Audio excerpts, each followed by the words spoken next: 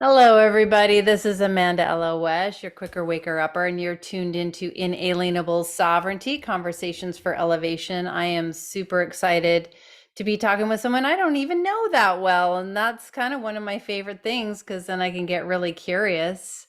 But she was recommended by a friend. Now I'm like thinking of her website name instead of her real name, and I can't remember her website is Blythe Starlight. For some reason, I'm blanking on her name, but she's awesome. And it's such a pleasure to have you, Yael. It's great to be here on your birthday. Yay, I know, so auspicious. And would you tell us a little bit about yourself and who you be in the world? Mm, I am a constant change and flow in the world. I'd have to say that that would be a good sort of title if I had to put a title on myself. Nice. Um, Yeah. I love being in relation with the medicine of water, the element of water, that which has created us, the primordial soup. Um, I do hybrid work with people, trauma work, um, really anything that is expansive and freeing and remembering of our consciousness and our soul and how to anchor it in this odd physical structure that we were just talking about, how we move in it and the things we like to do to move in it.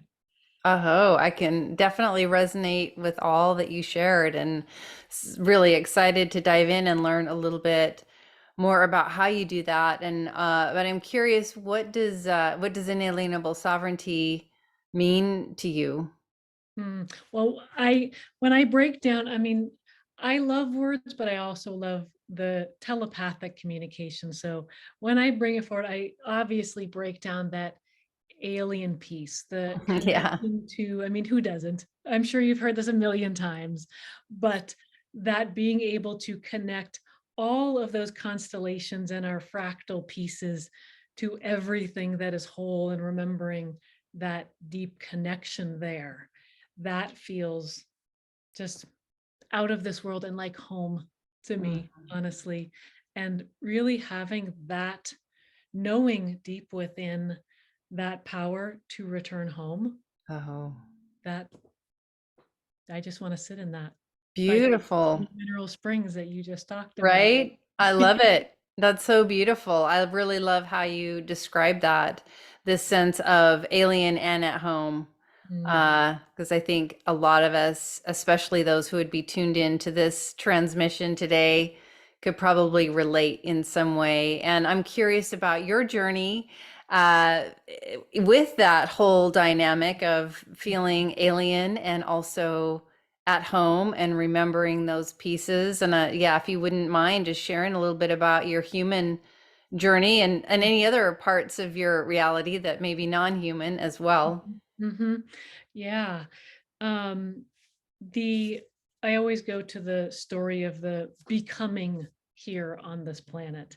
And the becoming for me was the dropping in and remembering the dropping in, remembering the I came from a ship family, and that being able to understand that idea of wholeness and home, but that direct link to what somatically it feels like in this vessel was, I think, what allowed me and still allows me to have the strength to continue to decide every day to make the choice to be in this physical vessel. Because I always Mm. say, we don't have to. It's just a vessel, so we can make the choice. And so remembering that dropping in and the tension of the separateness. I think a lot of people that I work with, we don't learn when we're growing up on this planet to feel and be able to tolerate placing an immense amount of energy into a very tiny physical form. I know we don't look tiny, but we are, and we're oddly shaped. It's just so trying to understand what it feels like to move energy in an arm and a hand. And I think that's interesting with the, we were talking about dance and contact and how we learn to do that in a way that's honoring and authentic to our consciousness and to the vessel that we decided to come into. So I have loved the physical component of being in this life and how you can experience this earth and these elements and the medicines in a body. It's not always been comfortable. Yeah. It hasn't been suffering. I Yeah. think that's the thing. Sometimes the disconnection that people feel and that tension is so great that it brings people into suffering. So I love working with people to sort of condense that space-time reality to Hmm. integrate and relate to themselves. And I think it comes back to the question you asked me, what is inalienable sovereignty? Is that relationship that gets developed, because you don't know relationship when you're not in a physical form. You know wholeness. You Yeah. don't fractalness. Yeah. That's why we're here, right? To know that. Well, that's beautiful. I mean, I don't think I've talked with her, and I think what I hear you saying is that you have memory of coming from the infinite into this physical form, which I do in a way as well. And so that's lovely because I don't know many people that have. I have a pre human form memory of witnessing my family and Mhm. like no like getting the preview, like this is okay, this is where I'm going. um but I don't have a memory of like actually coming into, the transition, which I can imagine would be fascinating and psychedelic on a lot of levels. And Yes, and I the think that's why I community. don't have to do it. I've never done anything just like, why? I've sort of had this experience, but yeah. I Yeah. And then also just kind of realizing like, okay, there's this infinite reality that I'm connected to, which I was aware of. But then like how much of that has to do with here and what I'm doing here right now? And yes, it's an interesting, and I remember early learning, oh yeah, there's just a lot of pain of the disconnect from the wholeness. And instead of trying to get away from the pain, Mhm. like, can I enjoy it? Because this is a very brief, relatively brief Yep. experience. So that's interesting. And I'm just curious, what if you feel like sharing some of the suffering that came up for you, and how do you find your way to like what's your response to it, and how do you deal with the suffering of being a human? The that initial suffering of the separation was immense. So much so that the first 6, 7, 8 years, most of my time was spent back on the ship. So, which was fine because there wasn't much work to do in the world at that time, anyways. So it served me. And from once I came back, and once the father that I dropped into here, he was also part of that ship family. So he went back when I was 12 years old. And so from that point, it really was this decision that this work that I'm doing here, however long it's going to be, which will be the only time I am here, because there's so much more to do on off planet that I left, is that's what keeps me here in the way that it's not suffering, because it's an embodiment. It's the only time I'll get to embody. So, and I understand that as souls have come back and connected to the karmic cycles, it becomes more difficult, and I don't have that connection, which I think is helpful for me. But it's the embodiment. And when we sort of shift into as we're moving into these understandings of different dimensions, and people keep wanting to go out and just sit in those consciousness spaces, I keep bringing people back down because it's the only chance you're going to get to do this, or to dance, or to sing, or to have any expression that's Yeah. intimately yours. No matter if there's 80 million doctors or 80 million of these things, this expression is intimately yours. Mm-hmm. So you just don't get that Mm-hmm. anywhere else. Yeah, chocolate. Chocolate. Exactly. Your Ice favorite cream. food, whatever food you like putting in your mouth and feeling the texture and feeling the way that your taste buds respond and the sun on your skin, like all Oh these my things. It's gosh. not like, yeah, this other thing is blissful, but it's not this and this isn't that. And to enjoy this moment, even the it's like I kind of see it sometimes as, well, I've often described it as, I went to Vietnam and I went to the city where they're really famous for fish sauce. And so I Ah, learned all about fish sauce and how, like, they put human hair even in it. They put all this gross stuff huh, in it. But if there's a few little drops in your food, it just is amazing. mm, It's like this mm. disgusting thing that you wouldn't want. You don't want a shot of it. You don't even want to taste it on its own. But when it's mixed in with everything else, it just brings it to life. And I feel like that's what my understanding for a long time about the human experience is like, can you learn to embrace all of it, all the flavors, all the different things going on, because they're unique. And then even in the pain and suffering, it's like so many jewels, so many strengths. And it's like the hidden, if you're in a Yes. video game, it's like the Easter egg is behind that door you wouldn't want to normally go through. You Mhm. have these are things you don't sign up for Right. because they even miserable or traumatic, Mhm. but inside them are special things, and that's what's so special about them. And yet we are taught in our culture, avoid, go for the preference, go for the comfort, and really have some negative judgments about the I don't like or that's bad. And I'm just curious, how's that resonate with you? And What I love in what you just said, and it came out the first piece, is that this coming together of so many pieces, the mixing up, like that hair and everything that comes in, it creates new possibilities. And that's where I love, is this opening of not knowing what is going to be created when you bring it all together, and when you have the perception of that it's not just this tiny, we get very focused on that, but remembering, even as energy moves, it does this just as waves do. I mean, yeah.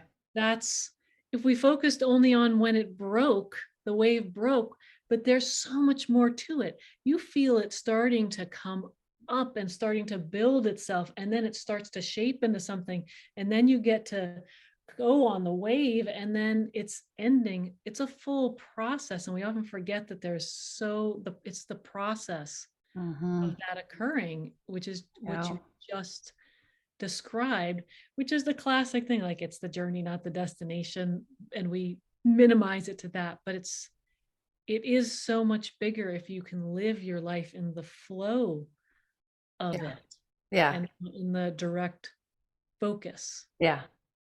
of, like, we, when we sort of meditate with items, it's like, okay, allow your gaze to soften on the universe. Oh, So that's what it brought up for me when you beautiful. talked about that.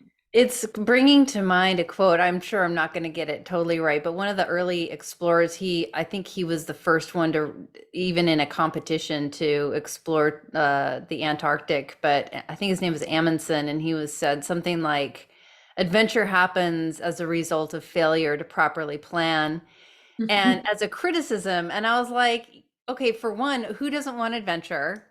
And two, what it's saying is like, okay, I'm this male, white male, I can control things, and I'm going to properly plan, and then I'm going to be in my comfort zone, and then I'm not going to have any adventure. For Right. as it's like, how about you? And I tell my clients, and like, it's important, especially in working with entheogens, which my partner and I do.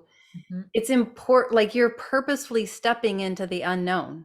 You're Yeah. purposefully willing to say, all the things I have controlled have Mhm. gotten me to a certain place, and I'm ready for something bigger, whether I'm uncomfortable or I'm just ready for the bigger and better Yeah. beyond my current comprehension.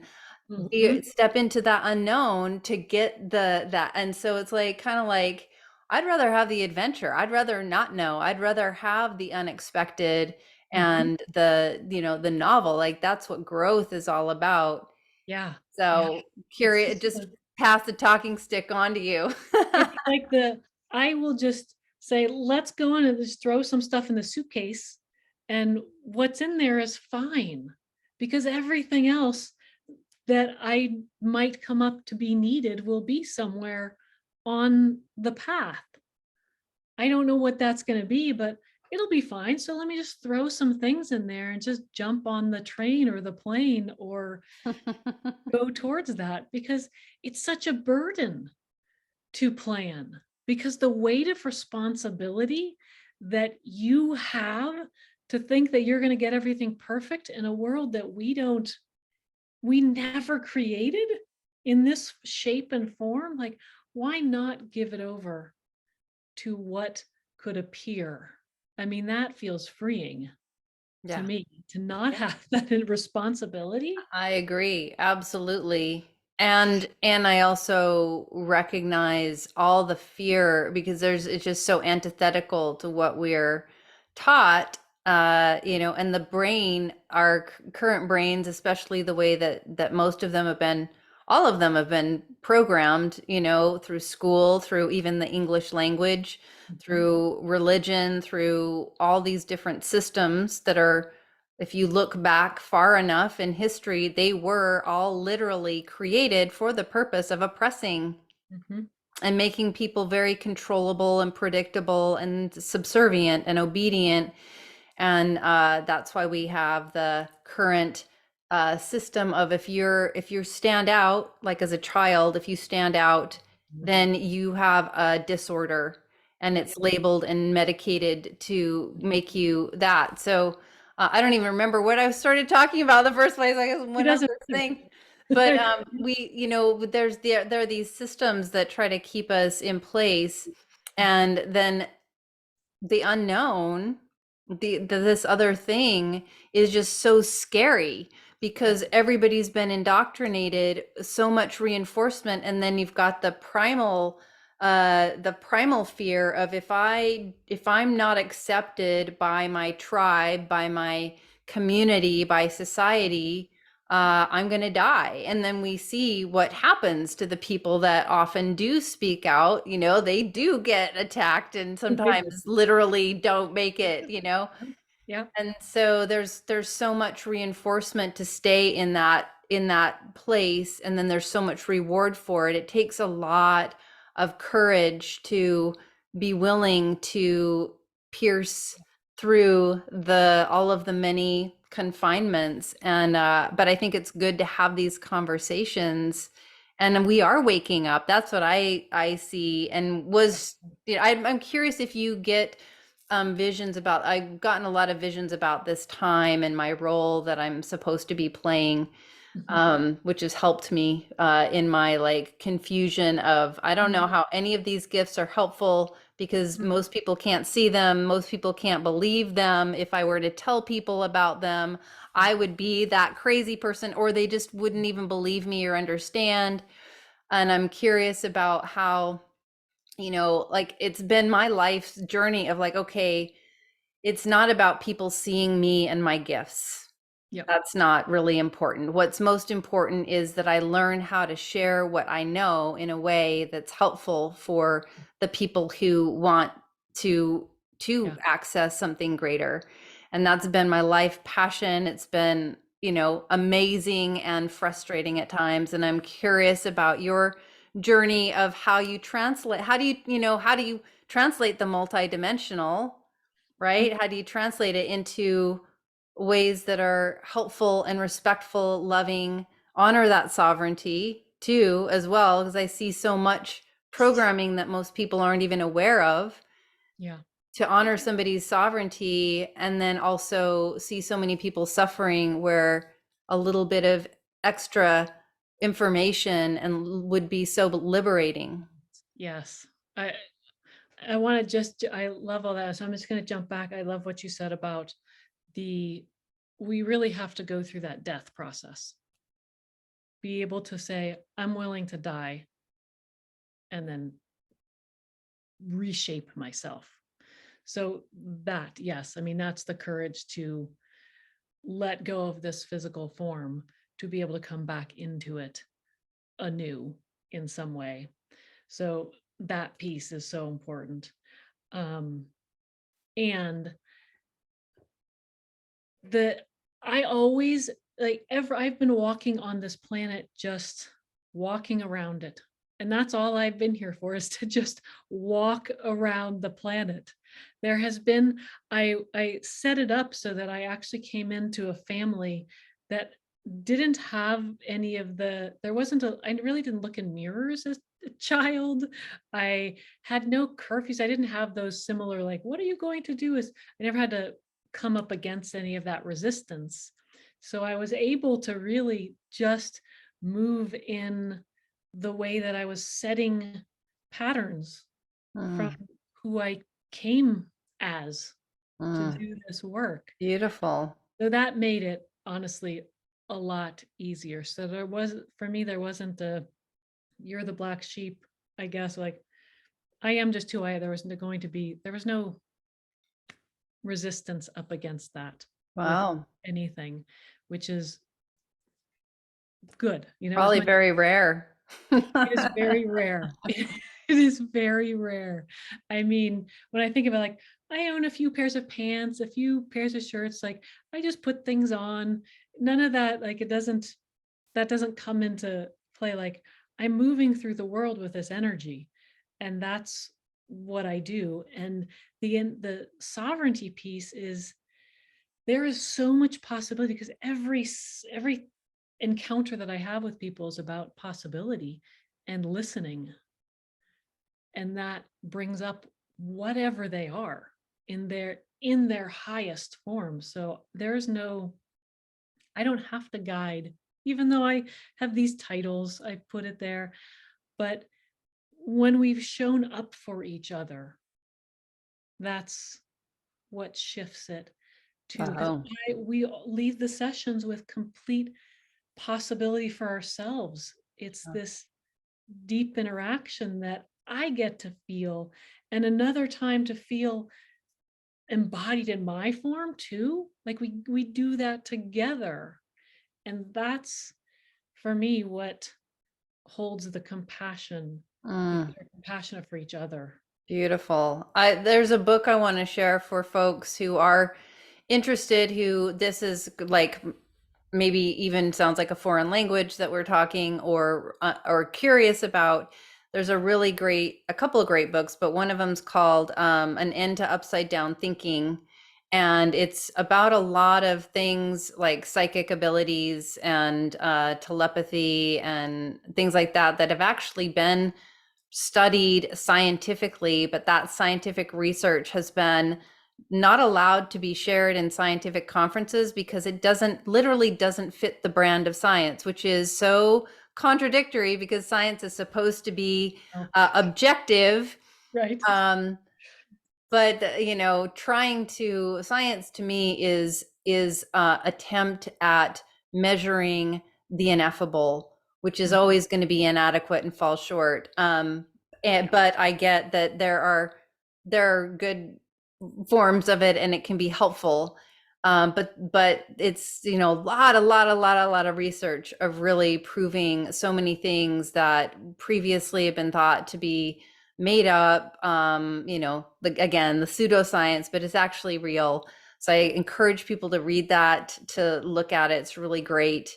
But this, it's so helpful to be able to bridge those gaps for people who've had less memory of their infinite yeah, selves, because I think we're all multidimensional beings, exactly. but all this information's coming in more and more.